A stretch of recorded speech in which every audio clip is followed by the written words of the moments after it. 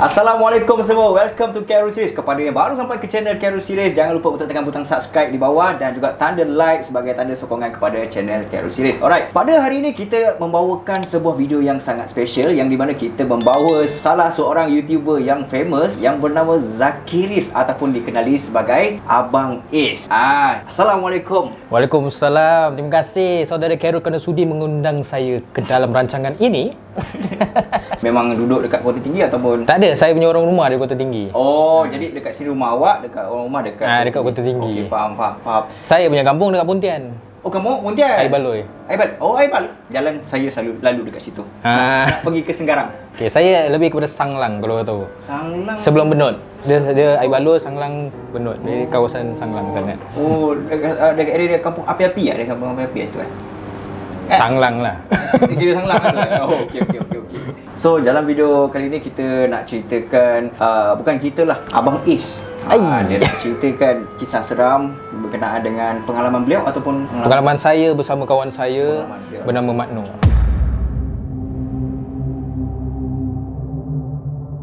Alhamdulillah, wassalatu wassalamu ala rasulillahi wa ala alihi washabihi ajmain. Amma ba'd. A'udzubillahi minasyaitonirrajim. Bismillahirrahmanirrahim. Allahumma sholli ala sayidina Muhammad wa ala ali sayidina Muhammad. Terima kasih kepada saudara Carol Series kerana sudi mengundang saya untuk rancangan ini. Cerita yang pertama yang saya ingin kongsikan adalah mengenai saya dengan kawan saya bernama Makno. Makno ni daripada kecil dia memang suka belajar silat. Saya dengan dia daripada kecil belajar silat dekat satu perguruan silat di Seni Gayung. Oh, Seni Gayung. Seni Gayung, tapi kita belajar setakat olahraga saja. Seni mempertahankan diri. Tapi Makno ni daripada kecil dia dibesarkan dalam satu keadaan di mana mak bapak dia terlalu taksub dengan perkara-perkara yang gaib, dan mereka ada membela satu saka, iaitu saka harimau. Jadi setiap kali kita pergi ke latihan silat, kita kan macam biasa je. Kita ni silat biasa bila olahraga ni semua. Tapi dia akan kadang-kadang bila kita tengah latihan tu, dia tiba-tiba akan menyediri ke satu sudut, dan di sudut tu ada satu pokok tau. Dan dia akan tenung dekat atas pokok tu seolah-olah macam sedang berlawan dengan sesuatu.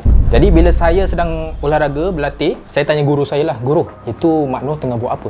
Dia cakap, "Jangan kacau, nanti dia dah okey, dia patah balik." Jadi bila dia dah habis latihan tu, saya akan tanya dia, "Bro, kau buat apa?" Dia kata, "Aku tengah berlawan dengan penunggu pokok tu." Okey. Tapi dia tengah berlawan? Tapi dia tak cakap, dia tak buat apa-apa. Dia tak buat apa, dia tenung, dia kata secara batin. Macam dia punya saka membantu dia berlawan dengan penunggu tu. Tapi tak tahu apa. Jadi itulah bila setiap kali saya jumpa dia, akan ada benda-benda pelik macam gitu terjadi. Tapi saya hanya jumpa dia setakat nak silat saja. So kita membesar tu, dia dengan hal dia, saya dengan hal dia, tapi kita masih berhubungan. Sampai dia dah besar tu, saya dapat tahu dia itu mempelajari silat, tapi silat lebih kepada kebatinan. Malah akhirnya bukan saja dia belajar silat seni olahraga, tapi dia belajar berguru dengan orang yang mengajari ilmu batin, kena pula dengan keluarga dia yang minat taksub pasal benda-benda gini. Kan? Jadi bila dua tu bergabung, memang gempak lah. Jadi bila dah besar tu, dia kata dia nak pergi merantau untuk menimba ilmu di tanah Jawa, di Indonesia. Dan di Indonesia tu pun dia ada sanak saudara yang lain, ada pakcik dia yang dah berantau tinggal kat sana. Jadi bila umur dalam 20-an tahun, dia pergilah Indonesia. Kata dia pergi dalam seminggu. Dia bagi tahu kawan-kawan yang lain lah, termasuk saya. Dan bila dia balik tu, bila dia jumpa saya, dia cakap, "Is, aku nak minta tolong kau sikit. Boleh tak kau tolong aku?" Saya kata, "Tolong apa, bro?" Dia kata, "Baru-baru ni aku pergi Indonesia dan aku dapat tahu ada pakcik aku yang tinggal di kawasan gunung, dia sakit. Jadi bila aku pergi seminggu tu, sementara aku merantau cari guru untuk menimba ilmu, aku singgah sehari saja untuk pergi jenguk pakcik aku yang ada di gunung tu. Dan bila aku pergi waktu siang, memang betul keadaan pakcik dia memang seperti termenung. Macam tak ingat orang. Macam dia nampak macam siapa Okey, jadi maksud sekarang dia pakcik Makno tu dia duduk dekat kawasan pergunungan. Pergunungan dekat Indonesia. Okey, faham. Dan bila dia melawat pakcik dia, sehari saja. Sehari saja pakcik dia berada di dalam keadaan yang termenung, macam tak tahu nak buat apa, ataupun dia tak kenal orang. Kenal orang. Okey, faham. Jadi tapi dia dapat pergi sehari sebab itu bukan tujuan dia untuk pergi seminggu tu. Tujuan dia adalah untuk menimba ilmu, merantau. Jadi bila dia balik tu, dia tanya saya lah. Dia kata, "Is, kau nak tak ikut aku pergi Indonesia? Kau teman aku lah. Sebab kau pun pandai silat kan. Apa-apa pun kau boleh tolong aku." Saya cakap, macam mana pula aku nak pergi Indonesia? Aku dah tak ada cuti ni. Kalau kau nak aku teman kau, bulan depan lah. Dia sanggup tunggu bulan depan sampai dia bayar tiket flight saya tau. Untuk pergi ke Jawa Barat. Di kawasan Jawa Barat tu. Jadi kawasan Jawa Barat tu dekat dengan Jakarta. Jadi dia kata okey, bulan depan pun sampai. Bila kita pergi ke airport, kita naik daripada Kuala Lumpur, kita naik kapal terbang menuju ke Jakarta. Bila sampai dekat Jakarta tu, naik sewa kereta, tapi ada driver lah. Dalam 2 jam untuk sampai ke Pekan kat Jawa Barat tu. Jadi bila kita nak sampai dekat kawasan Pekan tu, dia macam gini tau. Pekan dia kat bawah, nak naik gunung tu, tempat pakcik dia lagi 2 jam. Oi, mak oi. Nak pergi ke tempat tu dah 2 jam. Nak naik gunung tu lagi 2 jam. Dan nak naik tu awak tak boleh sembarang-sembarang naik kereta sebab jalan dia tu belum siap, jalan gunung. Jadi awak kena sewa dan membonceng orang kampung yang ada motor kat situ dan awak harus bonceng di belakang. Kita naik motor naik atas. Naik motor, saya 2 motor. Orang kampung dengan dia, jadi orang kampung dengan saya. Jadi bila kita sampai dekat Jakarta tu dalam pagi lah, dalam pukul 9-10 pagi. Sebab sana kan waktu dia berbeza sikit. Jadi bila kita sampai sana, dah sampai dekat Pekan tu dalam pukul 12. Sebab perjalanan kan 2 jam yang saya tadi cakap. Lepas tu dah sampai sana, saya ingatkan terus naik. Dia kata, jangan dulu. Dekat sana, bila sampai tu tiba-tiba hujan. Jadi bila hujan, orang kampung tak nak naik sebab bahaya. Jalan dia masih jalan tanah merah, jadi sangat bahaya. Jadi apa mereka buat bila orang tetamu datang, mereka akan siapkan tempat untuk berteduh di bawah tu, bahagian Pekan untuk orang sewa. Tak kisahlah kau nak sewa sehari ke 2 hari ke. Jadi saya ingatkan okey, dah hujan, logik jugalah kalau kita tak nak naik kan. Macam betul lah tengah hujan. Jadi dia pergilah dekat tempat orang sewa tu. Saya ingatkan sewa sehari 2 hari je, setakat kita nak tunggu hujan reda. Dia sewa 7 hari seminggu. Dan 7 hari seminggu tu lah waktu yang kita akan ada di sana lah. Tak lama sangat sebab saya pun ada urusan saya kan. Maksudnya berada 7 hari sewa dekat bawah Pekan tu ataupun sewa dekat rumah sewa yang kat Pekan tu. Pekan yang kat bawah lah. Itu yang saya pelik. Bukan itu dia.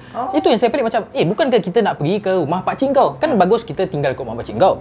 Tapi saya tak tanya sebab dia bayar. Jadi bagus jugalah kalau kau bawah ada rumah, kat atas ada rumah. Bagus juga kita boleh turun naik kan. Tapi kiranya sekarang ni yang kawasan tempat tu apa nama dia? Pekan. Okey, saya boleh cakap dia kawasan Jawa Barat. Orang dia berbahasa Sunda. Sunda. Jadi kalau sesiapa yang tahu bahasa Sunda tu dia macam arek naon ka dia. Arek naon tu ada apa. Jadi siapa yang tahulah. Dia dekat je dengan Jakarta. Saya tak nak pinpoint mana lah. Jadi bila dah kat sana, bila hujan dah reda dalam 2-3 jam, dah dalam pukul 3-4. Jadi saya ingatkan, okeylah, jom kita naik. Dia kata, nantilah. Jangan naik dulu. Apa kata nanti kita pergi makan dulu ke apa kan, kita rehat lah malam ni. Okey, logik. Jadi kita tunggu sampai malam. Okey, lepas tu malam pun sampai dah lepas maghrib, lepas isyak. Dah pukul 8 lebih waktu sana lah.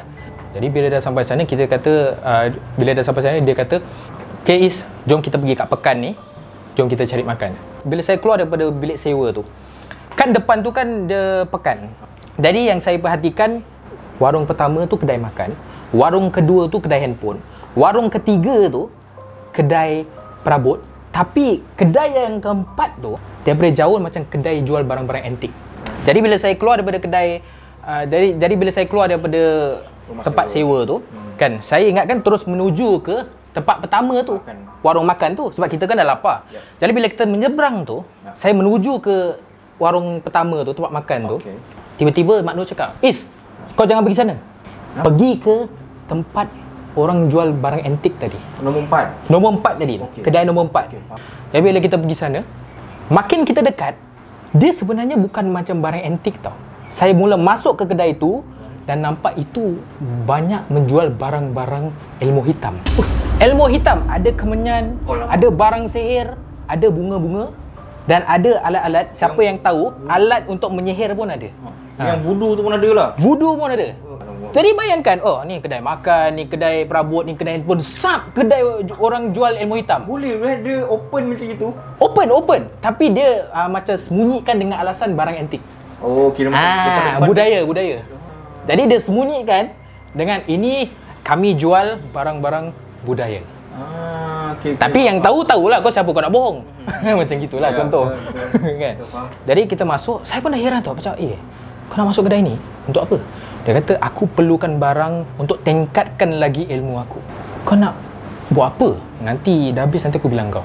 Jadi apa yang Mak Nur cari di dalam kedai tu, saya teman dia kan, dia cari satu batang kayu Dan batang kayu ni ada bau-bau yang berbeza.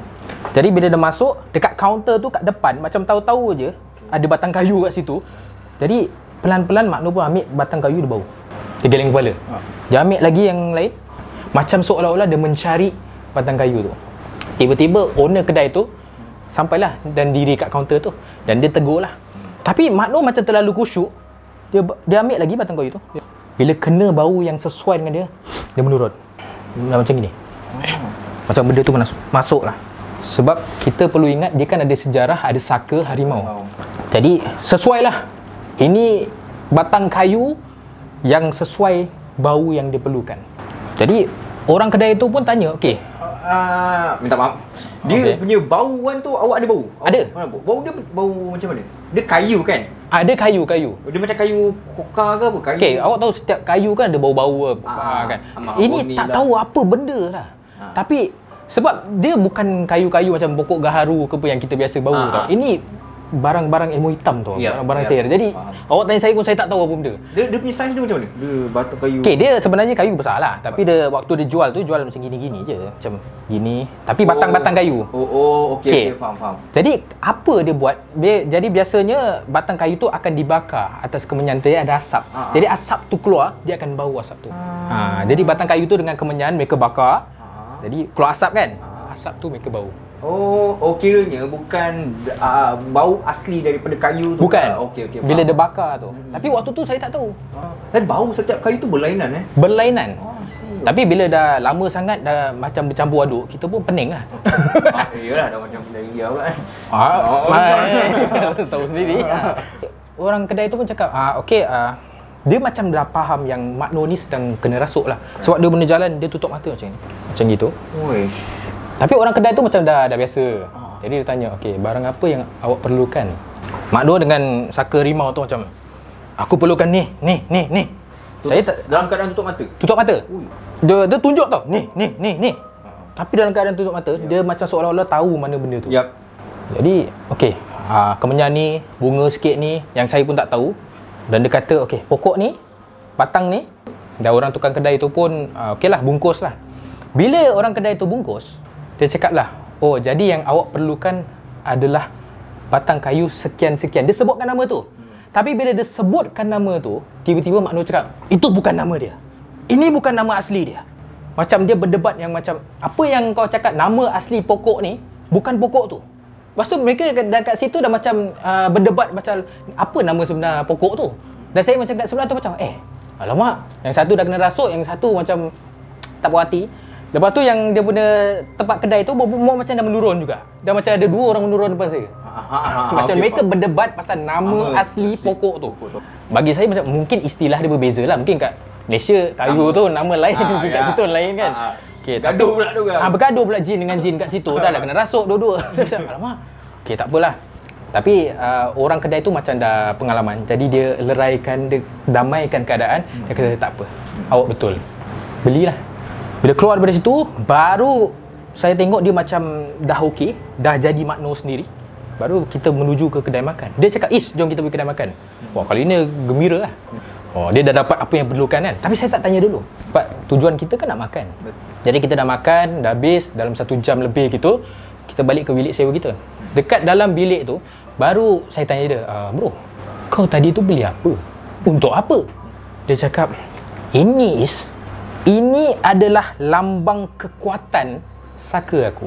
Bila bau ni ada, bila aku bau, kekuatan saka aku akan menambah.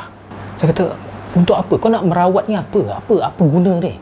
Kata, yalah, ini cara dia yang aku nak merawat pakcik aku nanti. Dalam hati saya macam, jadi dah bukan rukyah ni, bukan pasal Quran ke apa. Dah bukan lagi. Okey, tak apa. Lepas tu kata, besok siang dia kata, kita naik kat gunung tu. Esok orang nak gerak? Yalah, dah malam tu. Setelah 7 hari? Taklah. Tapi hari pertama tu, dia dah beli barang. Hari kedua, kita nak naik gunung. Tapi benda tu masih sewa lah. Sukati kita lah nak tinggal ke, nak turun ke, kita sukati kita lah. Maksudnya macam gitu.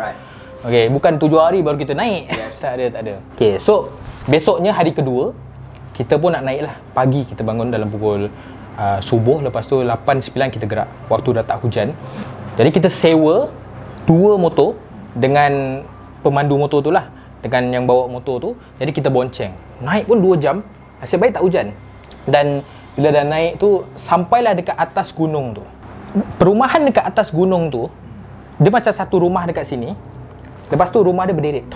Dan bila saya pergi sana, saya tengok dan saya tanyalah, ini ramai juga yang ada kat sini. Dia kata memang ni kampung. Jadi satu rumah kat sini dan rumah pakcik dia yang bernama Pak Dadang, ada di rumah pertama. Jadi dia kata dulu ni nenek moyang mereka meneroka. Jadi mereka beranak pinak di situ. Jadi keluarga diorang besar tu akan tinggal dekat atas tanah tu. Okey, so balik kita dah sampai ke atas tu, saya pun naik motor tu kan. Tapi kita kena cakap dengan orang motor tu, okey, nanti pukul 4 atau pukul 5 ambil kita lagi kat atas, supaya orang motor tu tahulah. So maknanya nanti nak ambil bawa turun pula. Bawa turun. Okay. Jadi saya daripada awal tu saya tak tahu kenapa kita tak tidur dekat atas tu. Kan macam Khairul tanya kan, betul? Kenapa dia sewa 7 hari kat bawah? Nak ulang-alik. Maksudnya 2 jam naik, 2 jam turun, betul? Betul. Kan penat tu. Macam saya fikir macam gitu. Tapi saya tak faham. Bila saya dah sampai kat depan tu, kita sebutlah Assalamualaikum. Assalamualaikum. 5 minit kita sebut dah. Tak ada orang jawab. Tiba-tiba makciknya Mak Noh daripada rumah sebelah, dia keluar. Waalaikumsalam. Dia ingatlah Mak Noh dia punya anak saudara, dalam bahasa Indonesia sikit. Dia kata, sila masuk. Saya macam, okey. Kita masuk tu macam bismillah. Jadi kat rumah tu yang pertama ada ruang tamu kecil, lepas tu ada ruang tamu lebih besar. Okay, jadi ruang tamu kecil tu untuk tetamu lah. Jadi ruang tamu lebih besar tu untuk keluarga. Jadi bila masuk kat ruang tamu kecil tu ada sofa. Saya duduk kat sofa. Saya nampak dekat ruang tamu besar tu, Pak Dadang tengah duduk dekat atas lantai, termenung macam ni. Jadi yang kita Assalamualaikum 5 minit tu, Pak Dadang ada kat rumah, tapi dia tak jawab. Sesuai dengan apa Mak Noh cakap, pakcik dia dah macam termenung. Dah macam tongong. Dah macam termenung. Jadi saya diam dululah. Tiba-tiba bila dah kat situ, lepas tu kita cakap lah dengan makcik tu, makcik, semua macam mana. Dan makcik tu pun tahu yang Mak Noh nak cuba berobat lah. Sebab Mak Noh nak ubatkan Pak Dadang? Ya. So makcik tu tahu yang Mak Noh nak cuba berobatkan Pak Dadang. Dan mereka pun dah siap sedia lah. Tiba-tiba Mak Noh cakap dengan saya, Is, kau boleh tolong aku tak? Saya macam, tolong apa? Cakap, nanti kan aku kena bakar batang kayu ni dengan kemenyan ni, supaya asap dia akan selalu keluar. Kau boleh tak tolong aku pastikan yang kalau batang kayu tu habis, kau ganti yang baru. So, aku tak boleh lah, aku tak nak campur lah benda-benda gini. Sebab benda ni aku tak pastilah benda ni betul ke tak. Dia kata, kau suruh makcik kau je lah. Dia kata, okey lah, tak apalah kalau kau tak nak tolong. Macam sindir saya tau. Lepas tu dia cakap dengan makcik tu, makcik tu kerja dia kalau dia bakar kayu tu dengan kemenyan tu, kalau dah habis, tambahlah. Itu aja. Jadi mereka mulakanlah sesi nak berobat Pak Dadang ni lah. Pak Dadang kan dia termenung macam gini dekat lantai. Jadi Mak Noh pun bakar lah. Dia bakarkan dia punya batang kayu tu dengan asap kemenyan tu. Mulalah. Bila dia bau saja asap tu, macam menurun lah. Pendekar. Macam yang saya nampak dekat kedai tu. Tapi kali ni dia bangun, dia tutup mata. Dia terus jalan pelan-pelan dekat ruang tamu besar di mana Pak Dadang sedang duduk lah. Tapi dia tahu tak, tutup mata, dia tahu mana rumah tu pergi. Dia tak langgar tembok pun. Jadi bila sampai dekat ruang tamu yang besar tu, kosong. Pak Dadang kan tengah termenung. Jadi di tengah tu dia pandang wajah Pak Dadang. Dan tiba-tiba bila dia tengah cuba macam gini, tiba-tiba dia buat gini. Seolah-olah dia sedang menahan sesuatu. Macam menahan serangan gitu. Dan tiba-tiba dia ambil macam besar gini, jempas kat lantai. Boom! Itu tak tahu. Mungkin dia terima serangan daripada luar dan dia tangkap, mungkin dia masukkan. Lepas tu dia jalan lagi dekat sekitar rumah tu macam panglima tapi sambil tutup mata. Dan bila jalan lagi 10-15 minit, terus dia batuk-batuk tau. Lepas tu dia cakap, Is, tolong tambah lagi kayu tu. Sebab sekarang sekarang bau dah lain. Jadi dia suruh makcik tu tambah lagi bau kayu tu. Dan dia tambah lah. Baru dia cek lagi, baru dia masuk lagi. Dalam 5-10 minit lagi dah okey. Jadi habis saja dia merawat Pak Dadang dengan cara dia menurun tu, benda tu pun keluar lah. Jin tu pun keluar daripada dia. Dan kita ramai-ramai duduk dekat ruang tamu kecil tu yang ada sofa tu. Bila duduk dekat ruang tamu kecil tu, saya, Mak Noh dengan makcik, iaitu isteri kepada Pak Dadang, Mak Noh pun cakap dengan makcik tu, "Makcik, yang menyihir Pak Dadang bukan orang lain, jiran sedara lat 2 rumah daripada sini. Tapi makcik jangan buat apa-apa sebab takut orang tu kuat." Dapat tahu yang sebenarnya sedara mereka sendiri, iaitu jiran mereka, cemburu dengan Pak Dadang kerana Pak Dadang ada bisnes pengolahan emas. Kan mereka duduk kat gunung, jadi mengolah emas tu senang. Dan Pak Dadang adalah salah satu bisnes emas yang berjaya lah dekat situ. Jadi mereka cemburu kat situ. Lepas tu, dah dalam pukul 4.05 tadi tu kan, orang motor pun sampai. Saya tanya dengan Mak Noh, "Bro, kau tak nak tinggal sini ke?" Mak Noh kata, "Tak apa, kita turun bawah dulu." Yelah, dia bagi alasan kita pun nak pergi tempat lain. Padahal saya pun tak tahu kenapa kau nak turun. Ini ke rumah pakcik kau? Lepas dia cakap, "Tak manis lah kalau tak sedar kan. Kalau dia sedar lain kan, kita 2 lelaki tinggal dengan perempuan." Saya pun macam, okey lah, betul juga. Kita turun lah. Kita turun, tapi sebelum kita turun tu, Pak Dadang macam, tadi kan dia termenung gini. Sebelum kita turun tu, dia baru tengok kita sekali. Maknanya perubat tu mungkin menjadilah. Okay, bila turun tu, jadi kita pun ada pergi ke tempat lain juga merantau. Kan dia nak jumpa guru-guru lain kan. Setiap hari ulang-alik naik. Tak tahu kenapa dia tak nak tinggal dekat situ. Jadi lat ke hari yang macam hari yang kelima, bila kita naik ke atas tu, dah nampak perubahan.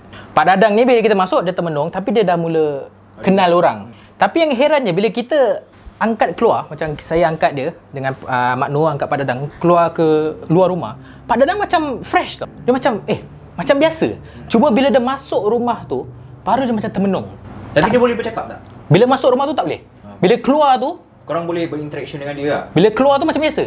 Bila masuk rumah tu, termenung. Macam dia banyak fikiran ke apa, tak tahulah. Tak kenal orang gitu. Sampailah hari ke-6. Kan kita dah ulang alik ni. Turun naik. Sampai ke hari ke-6, saya nampak dekat bawah tu. Kan kita kan tidur kat bawah kan. Kan kita hari-hari turun naik. Badan Mak Noh dah mula sakit-sakit. Badan dia kena cekau-cekau. Badan dia dah lebam-lebam. Dan nak jalan pun dah terhuyung-hayang. Saya tanya Mak Noh, "Kau okey tak?" Dia kata, "Aku okey Is, kau jangan risau." Saya cakap, "Kalau kau okey, jalan kau dah huyung-hayang ni. Badan kau pun dah sakit-sakit. Aku rasa ni sebab kau tolong pakcik kau kat atas tu." Dia cakap dengan saya, "Alah Is, kau jangan risau." Saya cakap lah, "Mak Noh, ini bukan pasal aku risau.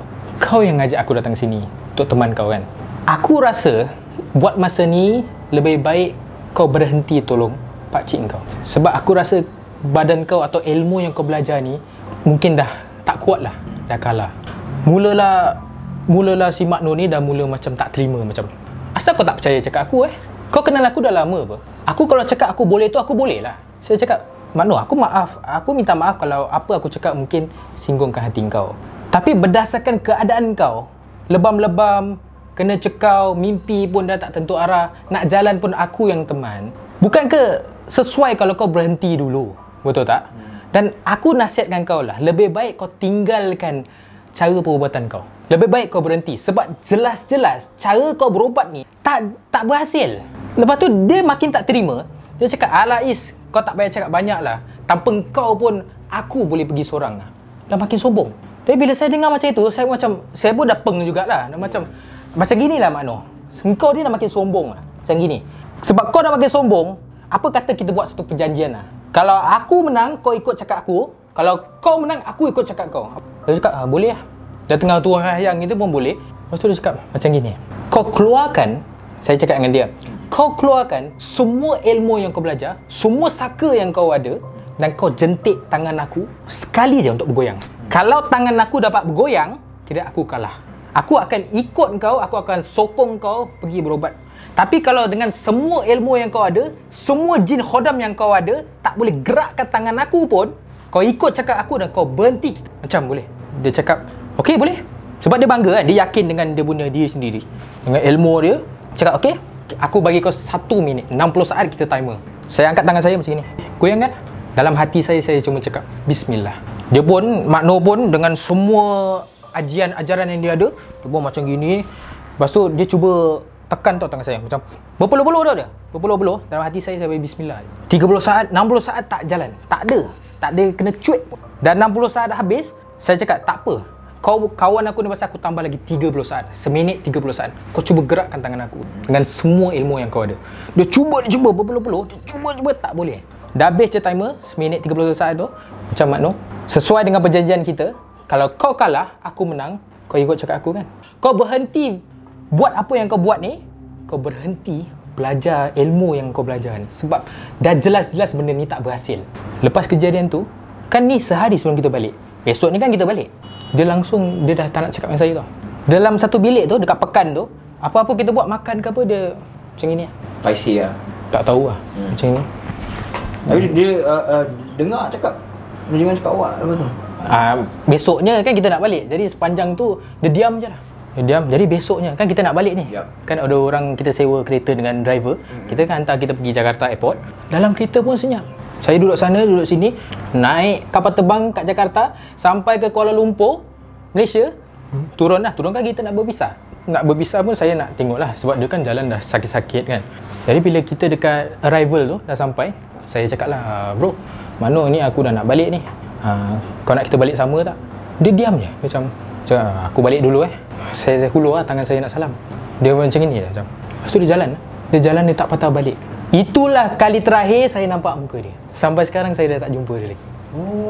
Tak tahu dia terasa ke, dia sakit hati ke. Terus tak ada kontak langsung? Tak ada kontak. Dia putuskan silaturahim kat situ. Faham. Jadi memang dah tengah-terang lah benda yang dia buat tu salah lah kan, daripada sisi agama Islam kan.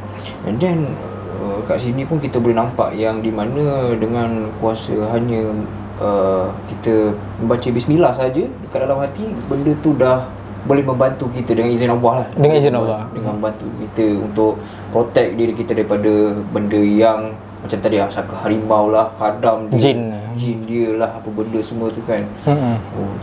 Jadi okey. Macam sebelum ni, ini kita tak cerita apa lah, cuma saya nak tanya dengan awak sebab awak bagi tahu dengan saya awak ada belajar pasal awak boleh meruqyahkan orang. Betul? Saya hanya boleh membaca Al-Quran, tapi yang merawat orang, yang menyembuhkan orang adalah Allah SWT lah. Tapi awak ada belajar ilmu ruqyah lah. Itu maksud saya. Jadi untuk belajar benda tu lama tak? Kalau kita belajar ruqyah syar'iyah, dia ruqyah syar'iyah, bukan syariah. Ruqyah syar'iyah, iaitu ruqyah yang mengikut syariat Islam lah. Dia yang paling basic, kita menghafal beberapa ayat daripada Quran. Seperti contoh ayat-ayat ruqyah kita panggil.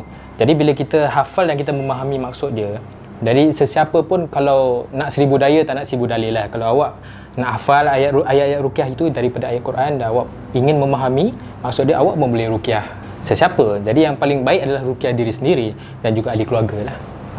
Faham. Contoh ayat ruqyah macam awak tahu Al-Fatihah, surah Baqarah ayat 102 itu mengenai macam mana sihir itu diturunkan di kota Babylon. Allah terangkan dalam detail macam mana sihir itu diturunkan. Jadi kalau contoh surah Al-Araf ayat 117 hingga 122 di mana Nabi Musa AS menentang dengan penyihir-penyihir Fir'aun. Macam gitu. Jadi bab-bab agama ni agak kurang sikit lah, tapi saya tahulah tu semua kan. Sikit-sikit tu saya tahulah. Jadi masa mencemburui kita, jadi kita habiskan kita punya video ni. InsyaAllah nanti kita akan jumpa di lain video sebab kita pun tak ada banyak masa. Jadi saya ingin ucapkan terima kasih banyak lah kepada saudara Abang Is kita ni. Alhamdulillah, terima kasih. Tambahan lagi jauh-jauh datang ke rumah saya. Okey, jadi kita habiskan video kita sekarang. And jangan lupa untuk tekan butang subscribe jika korang berminat dengan konten-konten di Carol Series, dan juga butang like sebagai tanda sedekah. Dan jangan lupa untuk follow Zakiris punya YouTube channel guys. Link ada dekat description guys. Alright, see you again. Assalamualaikum. Bye bye.